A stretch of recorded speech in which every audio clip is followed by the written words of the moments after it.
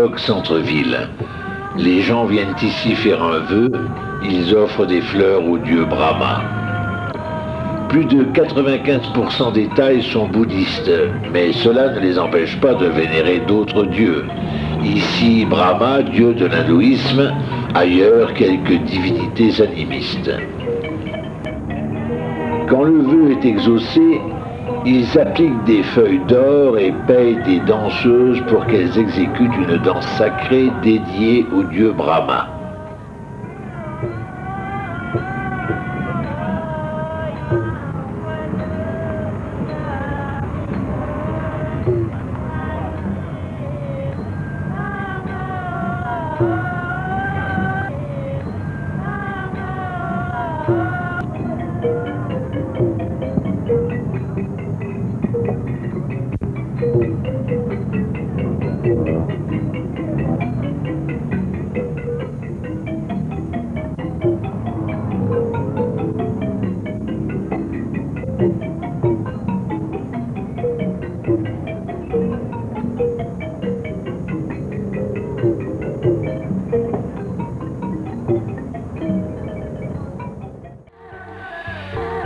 Que j'ai envie de frites.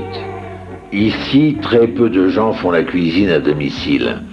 Ils achètent des plats tout préparés et les emportent à la maison dans des sachets de plastique.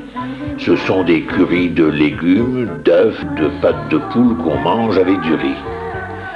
Il faut surmonter la répulsion que peuvent inspirer certains de ces plats pour y goûter et s'apercevoir que c'est bon, mais très relevé.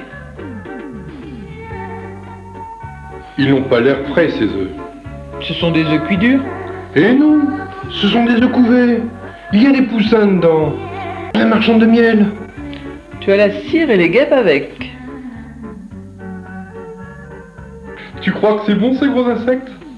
Tiens, goûte-en un. Mais t'es pas fou, non? Chaque pays a ses habitudes alimentaires et estime que sa cuisine est la meilleure du monde. Ne croyez pas qu'un Thaï va faire des folies pour notre tourne d'eau pommes frites. Il se dirait, comment vais-je pouvoir avaler ce gros morceau de viande crue? En effet, ici, tout arrive dans l'assiette cuit à cœur, la viande et les os coupés en menus morceaux. Des morceaux de bambou, ça se mange? Des pousses de bambou, oui, mais des tiges, ça doit plutôt être indigeste. Ces tiges creuses ont servi de récipients de cuisson. Il faut les fendre pour en tirer un délicieux gâteau de riz au raisin. Bangkok, ville en plein essor économique. Malgré cela, la tradition reste toujours bien vivante. Plus de 3 millions de visiteurs, dont plusieurs centaines de milliers d'hommes venus seuls, découvrent chaque année la Thaïlande. Savez-vous ce que ces gens vénèrent dans ce temple? Le phallus, symbole de la fertilité.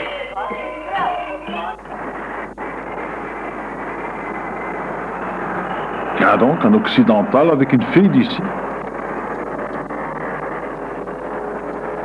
Encore un avec une taille.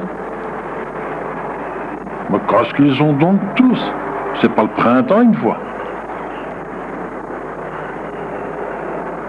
On rencontre beaucoup d'Occidentaux qui sont accompagnés de filles asiatiques durant leur séjour en Thaïlande. Le climat, la nourriture épicée, l'exotisme poussent les célibataires à se rapprocher des femmes du pays. Il en résulte un grand développement de la prostitution et des maladies vénériennes. Où trouve-t-on ces jeunes femmes? Dans les salons de massage, dans les boîtes de nuit, dans des agences spécialisées.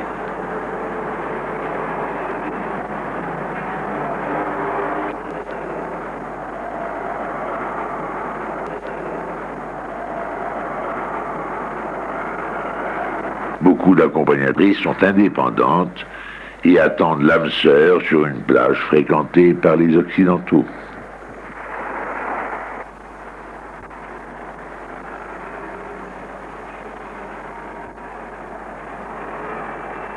Pattaya.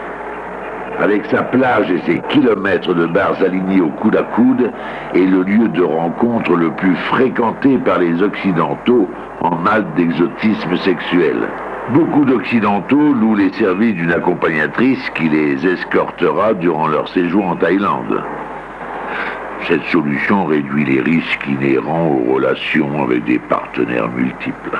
Un ami m'a précisé: Tu vois, ces filles s'occupent de toi avec soin et délicatesse. Elles plient même ton pantalon comme le ferait ta mère. La plupart de ces filles viennent de la campagne.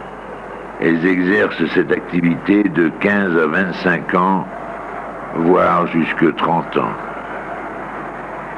Si elles ont mis de l'argent de côté, elles ouvriront un petit commerce.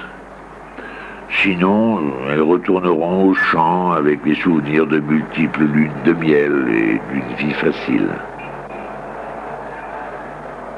Encore aujourd'hui, nombreux sont les travailleurs agricoles réduits à vendre leurs filles à des proxénètes pour ne pas mourir de faim.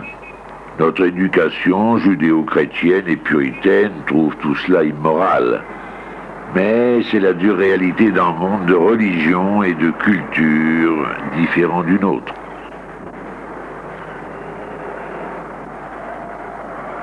Il arrive que le touriste revienne l'année suivante, retrouve sa compagne et découvre les joies de la paternité.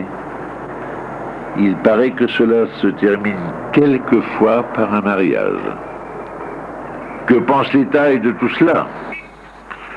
Ils s'en moquent aussi longtemps que cela ne les touche pas personnellement. Tenez, dans cette rue hier, un Thaï trouve sa femme dans les bras d'un citoyen helvétique. Il le tue. Le corps sera incinéré et les cendres envoyées en Suisse à la veuve. C'est parfois dangereux, tu sais, de s'enflammer pour une femme aux yeux bridés. Il vaut mieux choisir une jeunette. Mais là aussi, il y a un risque. On dit chez nous, l'homme c'est comme un canon. Vieux et rouillé, il peut péter en tirant un coup. Mais il faut pas penser qu'à ça. Il y en a qui viennent ici pour autre chose, pour faire de la planche à voile. J'ai rencontré 2 Français qui séjournent en Thaïlande chaque année. Oh, pas ici, c'est trop bruyant. Quand nous avons le cafard, Dédé et moi prenons l'avion pour passer 2 semaines sur une plage et nous refaire une santé. Nous faisons bronzette, louons un bateau, attrapons du poisson. C'est merveilleux, n'est-ce pas, Dédé? Dédé, je te parle. Je t'ai déjà dit de me laisser en paix quand je travaille. Oh, toi alors, avec tes pompes. Montre plutôt tes muscles, monsieur. Laissons ces 2 amis.